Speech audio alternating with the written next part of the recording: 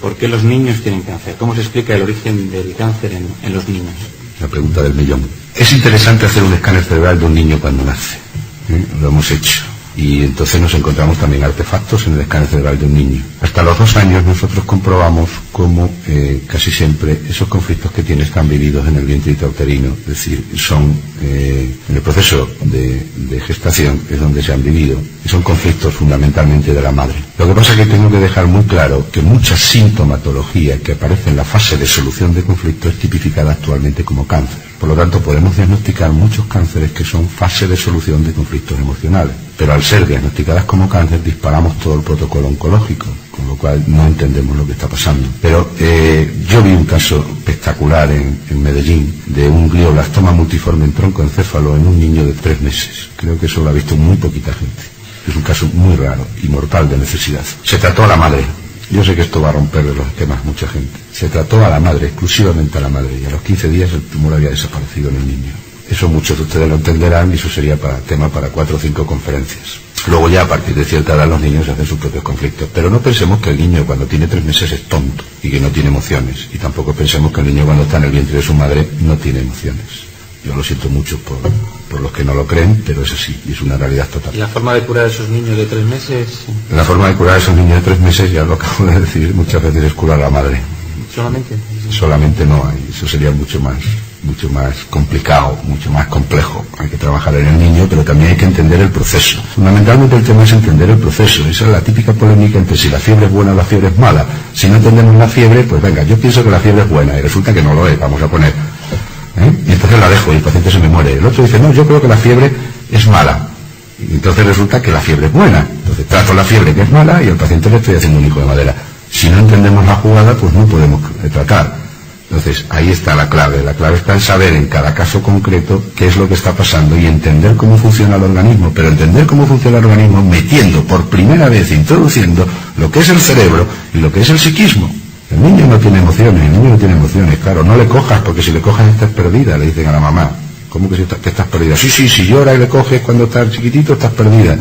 Porque ya no lo vas a soltar nunca, va a estar llorando siempre. Claro, porque el niño acaba de darse cuenta que llorando tiene el calor de su mamá. Y entonces el niño, ¿qué quiere? Pues que le coja mamá, que es donde ha estado metido durante 9 meses. Me dice, pero el niño es tonto, no se entera, no tiene emociones. Pues sí, las tiene. Preguntan si el conflicto tiene que ser pillado a contrapelo o no se puede desarrollar por el hecho de vivirlo durante un largo periodo de tiempo en soledad. Sí, se puede producir, pero tiene que haber habido un DHS. Se llama DHS, lo que Hammer define como síndrome Dirhammer. Tiene que haber ese shock y te tiene que coger a contrapié.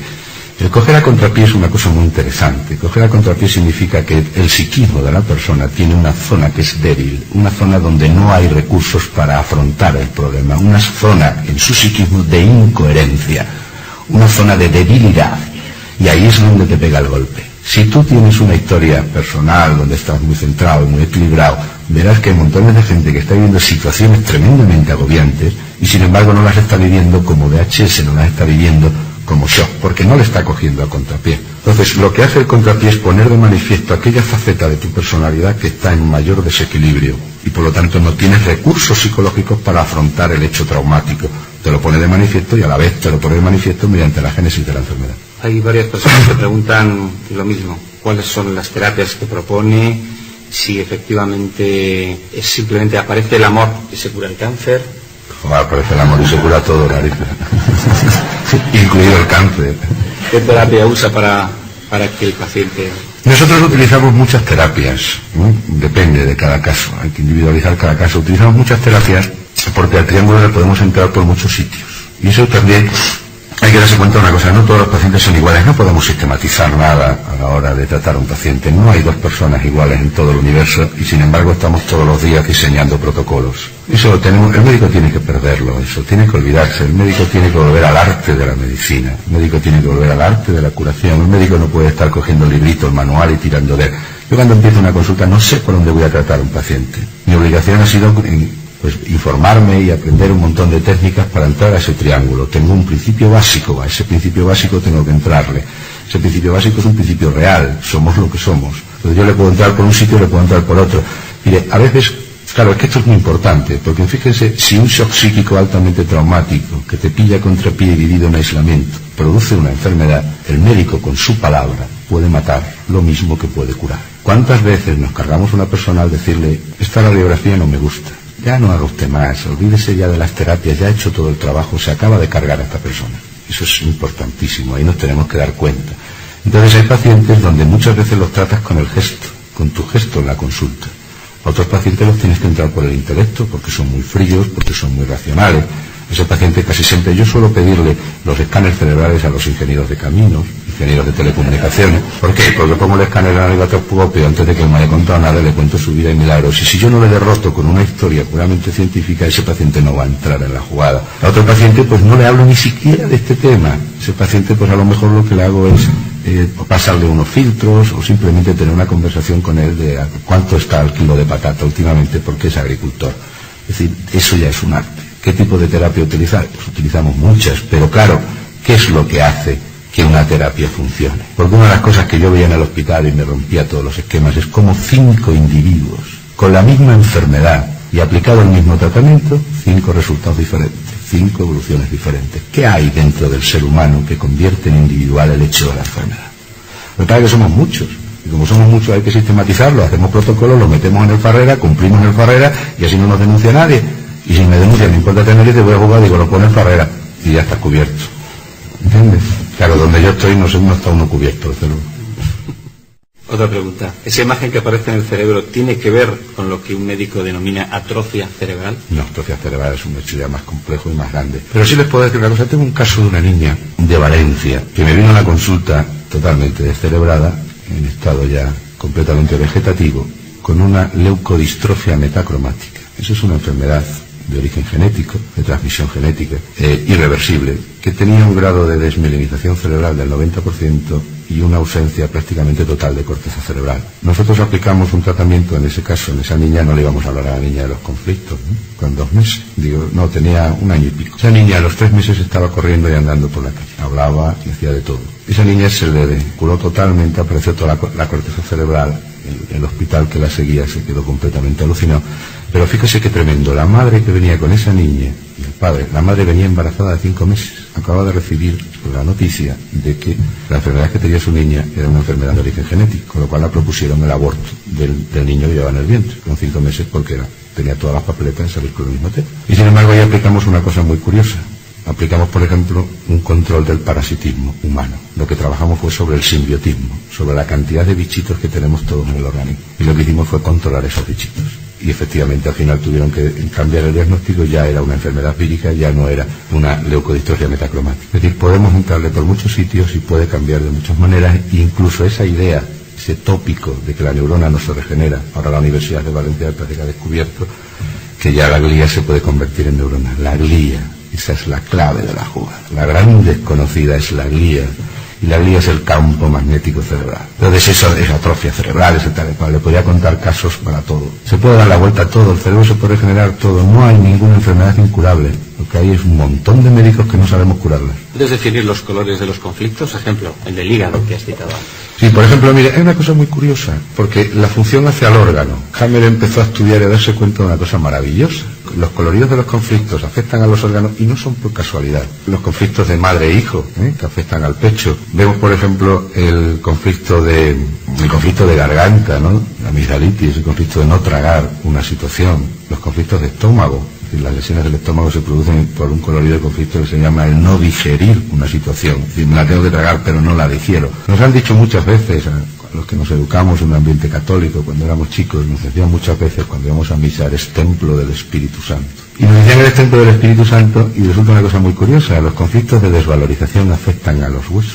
Según el matiz de la desvalorización, te afecta a un hueso, te afecta a otro. Las cervicales se coge el conflicto de desvalorización intelectual, cuando uno no se considera capacitado intelectualmente, profesionalmente para hacer una labor, afecta a las cervicales. El conflicto de desvalorización de la personalidad, cuando uno no se considera una persona guay, por decir alguna cosa actual, afecta a las dorsales. Los conflictos de desvalorización sexual afectan a las lumbares. Y así podríamos ir definir todo, pero ¿qué son los huesos? Los huesos, dice, tú eres templo del Espíritu Santo. ¿Qué mantienen en vivo? ¿Qué mantiene en pie el templo? Las columnas del templo. ¿Y cuáles son nuestras columnas? Los huesos. Cuando uno se cree que es una porquería, que no sirve para nada, que no vale para nada, se está cargando las columnas de su propio templo. Se está cargando los huesos. Por eso vemos cada día más conflictos de huesos. La gente está muy desvalorizada. ¿Vosotros han llegado ya a una enfermedad crónica? ¿Existe la posibilidad de tratamiento? Sí, siempre. ¿Hasta curarla aplicando cualquier... Claro, pero ¿por qué no abrimos un poquito la mente y empezamos a pensar que todas las enfermedades tienen cura? ¿Cuántas veces vemos en una revista un señor que se ha curado en las islas Filipinas de una cosa muy rara que nadie se había curado nunca, había hecho una cosa de lo más raro y extraño, ¿no? Y decimos, ¡oh, qué maravilla! Pero es que preferimos siempre pensar que eso le ocurre a un filipino, Filipinas, antes que pensar que eso me puede ocurrir aquí en mi casa, viviendo en el tercero de mi calle. Digo, pero por Dios, ¿cómo me puede ocurrir a mí? ¿Me entiendes? Sí que puede ocurrir. Las enfermedades crónicas son también patrones de pensamiento crónicos, que por lo tanto crean susceptibilidades crónicas. Y entramos y salimos continuamente en el conflicto. No son de una intensidad grande, excesiva, pero sí son machaconas. Eso es lo que llamamos nosotros conflictos raíles. La persona está metida en un raíl, como el tren, y no sale de ahí. Ya son las enfermedades crónicas. Habiendo hecho la diferencia entre psique y cerebro, ¿dónde, a qué nivel se situaría el concepto psique? Y otra pregunta, ¿qué papel desempeñarían los factores físicos externos, como las sustancias cancerígenas, los campos electromagnéticos en este contexto? Hombre, ¿dónde situamos la psique? Sería tema de una conferencia de 5 horas. Por eso no me gustaría entrar ahí. Entremos en psique, emoción, entremos en el alma, acabemos del griego, psique, alma, entramos en el espíritu. Diferenciar todo eso es un mare magnum para muchos de ellos. Probablemente la definición que yo hiciera de ello, pues a uno le gustaría, a 18 no. Entonces vamos a dejar, porque todos yo creo que en nuestro foro interno sabemos lo que es la psique, aunque no sepamos definirla, ¿no? Y la otra parte, ¿me has dicho? Sí, los factores externos. Los factores externos, claro, los factores externos están ahí. Si viene un coche y me pilla y me rompe la cadera derecha, dice, no, es que tienes un conflicto de desvalorización por no poder con una situación. Hombre, no. Yo lo que tengo es un porrazo que me ha pillado el coche, ¿no? Eso no lo podemos evitar. Entonces, claro, si yo estoy bloqueando una enzima por un tóxico, si yo estoy haciendo un montón de historias desde fuera, pues por supuesto que lo estoy haciendo. Ahí está el peligro cuando nos radicalizamos en buscar todo en la psique, ¿eh? Porque podemos tener una historia de envenenamiento, podemos tener una historia de cualquier tipo, podemos tener relaciones telúricas, todo lo que ustedes ya saben, y de hecho muchas veces tratando en esos aspectos la gente se cura. Pero claro, también muchas veces tratando, por ejemplo, cambiando la casa y quitándolo de las líneas Harman y todo esto, el paciente no se cura. Es que tenemos que saber de todo eso. El médico tiene la obligación de aprender de todo eso y valorar en cada caso a ver si esto es lo que tiene, es que tiene la cama mal colocada, y entonces yo estoy aquí como un imbécil intentando buscándole un conflicto de Hammer y no lo encuentro por ninguna parte, o si lo encuentro me estoy obcecando en ello, el paciente cada día está peor y le corro la cama medio metro más allá y el paciente se cura. Claro, influye todo, pero por eso lo peligroso es, y eso hay que recalcarlo mucho, es que cuando se afecta un órgano, eso es porque se ha podido entrar en todo el sistema. Es decir, se afecta también la psique del paciente. Entonces, vamos a ver, señora, usted tiene un conflicto de desvalorización, pues ante su pareja, o tiene usted un problema por ejemplo, de cervicales. Es que usted tiene un conflicto de valorización intelectual. Hombre, pues sí, mire usted, yo soy maestra, pensaba que me iban a nombrar directora, pero vamos, yo no creía que eso era para tanto. Y ahora, pobrecita, poco menos que te está perdiendo perdón, ¿no? Porque tiene ese conflicto de desvalorización, pero ella en el fondo, y tú ves que el paciente no está muy allá, pero tú te ofecas, no, porque usted tiene que hacer todo lo posible para que la nombren directora del colegio, y si no, cámbiese a otro. Y la señora lo que pasa es que tiene una cama y duerme en una postura de 1000 demonios, y la señora, pues bueno, pues tiene una alimentación pésima, y la señora pues está destrozando las cervicales por otra causa. Veamos todo, veamos el sistema entero. El descubrir la psique no significa que nos carguemos el órgano, porque entonces haríamos lo que la medicina clásica, descubrió el órgano y se cargó la psique. ¿El lupus es producido por un conflicto? ¿De qué tipos? Por tres. ¿De qué tipo? Por tres. Lupus eritematoso sistémico. Son 3 conflictos. 3 conflictos a la vez. Tenemos un conflicto de separación, tenemos un conflicto de desarraigo y tenemos un conflicto de desvalorización de sí mismo, si lo enfocamos por la vía conflictual. Pero también les puedo decir que no todos los lupus son conflictuales, aunque en todos podamos encontrar esos 3 conflictos. Volvemos a lo de antes, que era antes el huevo o la gallina. Hay tratamientos, por ejemplo, de homeopatía y de motopsicología que son capaces de curar el lupus eritematoso sistémico. Yo tengo varios casos de lupus totalmente curados, negativizados los anticuerpos antinucleares y todo. Volvemos a lo de siempre. Yo siento mucho, de verdad, no traerles una receta y no traerles un librito y un manual de cómo se curan las enfermedades, pero pienso que es que no lo hay. Es decir, a cada una se le tiene que entrar por su sitio. Y ya de esta te lo dejo para el final, para que te desahogues un poquito. ¿Por qué en campos donde ya se conoce la clave de la psiquis, como las alergias, las soluciones médicas convencionales no se revisan en su teoría y tratamiento? ¿Por qué la medicina convencional no reacciona? Bueno, ¿por qué la medicina convencional no reacciona?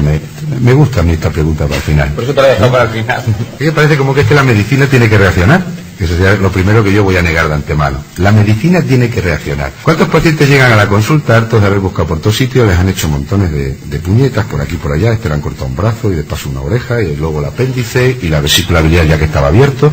para que no tenga cálculos nunca, y todas estas historias. Y te viene contando una auténtica tragedia y un auténtico disparate médico, ¿no? Y yo solo me pregunto, ¿dónde estaba el paciente en ese momento?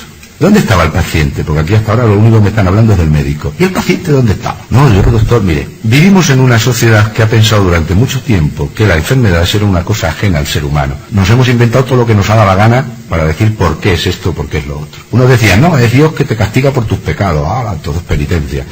Dios que está mirando para otro lado, otros, nada, Dios no existe. Entonces esto que es un fallo de la naturaleza, el otro por la mala suerte, el otro el azar, porque claro, fíjate, porque me ha tocado a mí, no a la vecina del quinto, ¿no? Está claro, es mala suerte, no es otra cosa, balones fuera. Yo no tengo la culpa de mi enfermedad, yo no tengo por tanto la responsabilidad de curarla. Para eso me voy al médico, que para eso he estudiado y para eso le pagan. Y ahora decimos, ¿por qué no reacciona la medicina clásica? Y ahora llegamos al médico y resulta que ¿quién es el médico? El médico es el poder más grande que existe hoy sobre la Tierra. ¿Creen ustedes que es Wall Street? No, señores. ¿Creen ustedes que es el que maneja el armamento nuclear? ¿Se acuerdan de Ronald Reagan? Tenía el dedito cuando con Gorbachov apretarlo y mandarnos a todos a hacer gárgara. Y sin embargo le salió un bultito en el colon, ¿se acuerdan? Un polipito. ¿Se acuerdan cómo saludaba por la ventana del hospital? El hombre más poderoso del mundo se había puesto en manos de un médico y le había dicho, doctor, mi colon es suyo, haga usted con él lo que usted considere necesario. Claro, el poder más grande lo tiene el diagnóstico médico. Toda la gente vive obsesionada con el diagnóstico médico. ¿Por qué? Le hemos dado un poder al médico, hemos hecho el becerro de oro, lo hemos subido a un pedestal tremendo, pero no se ha subido a él. Usted ve cuántos médicos hay por los hospitales que le viene grande la bata. Si el pobrecito no puede con el cacho de responsabilidad que le hemos echado encima. Y claro, se tiene que hacer importante, pero es que, aunque no sea importante cuando acaba la carrera, en cuanto entra en un hospital o entra a trabajar, al ver cómo vienen pacientes de todos tipos y colores, de todos tipos de formaciones, habido y por haber, se lo acaba creyendo y dice, ahí va, yo debo ser importante. Hemos subido, hemos creado la medicina que tenemos. No le echemos la culpa a los médicos. Los médicos están aguantando el tirón como pueden, pero hemos creado esa medicina. Nosotros somos responsables de esa medicina. Y dice, ¿cómo? Y si nosotros la hemos creado, nosotros tendremos que crear la contraria. ¿Qué estamos esperando? ¿Que el médico se baje de arriba y un señor que lleva 20 años en un servicio, que está ganando 400.000 pesetas al mes, que tiene 2 hijos estudiando, que tiene una mujer, le va a pedir usted que se haga la araquiri y se venga con usted a hablar de Dios y del Espíritu Santo? No, hombre, no. Es un cambio de conciencia individual. Siempre estamos haciendo revoluciones y todas esas historias. Es individual. El paciente se tiene que dar cuenta que él es el motor de su enfermedad y es el motor de su curación. Y decirle al médico, mire usted, sí, de acuerdo, usted me va a ayudar porque yo no conozco ciertas cosas, pero ojo, yo llevo el timón del barco. Usted me puede ir dando las cartas de navegación, pero el timón del barco lo llevo yo. Cuando el ciudadano, cuando el individuo sea capaz de coger el timón de su barco, les aseguro que se acabó la medicina que tenemos. Muchas gracias, Dani.